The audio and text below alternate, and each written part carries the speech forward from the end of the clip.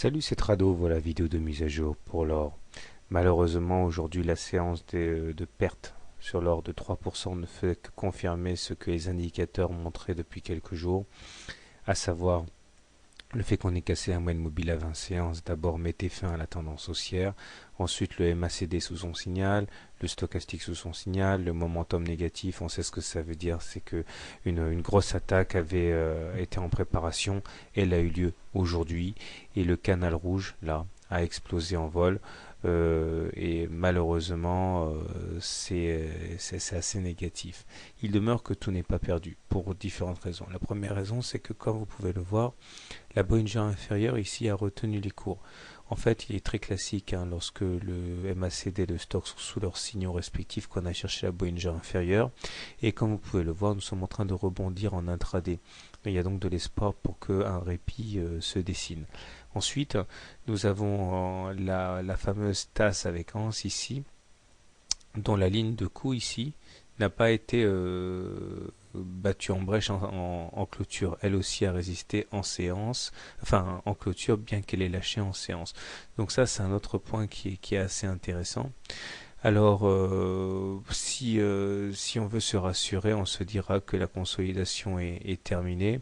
Rien n'est moins sûr, mais en tout cas, on pourrait bien avoir au moins une réaction épidermique à la hausse. Sinon, tant qu'on ne repasse pas au-dessus de la moyenne mobile à 20 séances et qu'on ne se remet pas en tendance haussière, l'objectif des 1600 est un objectif qui est possible. Je dirais que ce n'est pas forcément le scénario qui a ma préférence, mais c'est un scénario possible. Alors un petit coup de Fibonacci, parce que c'est toujours utile de savoir où on en est par rapport à ça.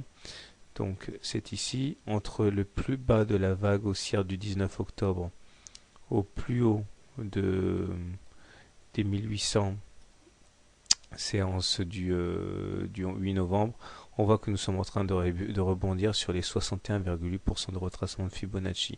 Donc nous avons une conjonction de trois supports. La ligne de coup de la tasse avec anse, ou la ligne d'eau de la tasse avec anse, la Bollinger inférieure, les 61,8%.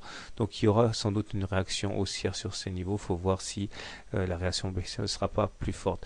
Souvenez-vous toujours que le problème, c'est que nous faisons écho aux variations du CAC sur l'or, parce que les fonds, les institutionnels qui ont besoin de cash pour faire face au rachat de leurs propres clients vont extraire du cash là où ils peuvent, notamment sur ce qui a bien monté, autrement dit l'or. Donc nous sommes sur une situation technique de corrélation hors indice très malsaine, mais qui s'explique aisément par ces besoins de cash. Voilà, bonne soirée, bon trade, et à demain.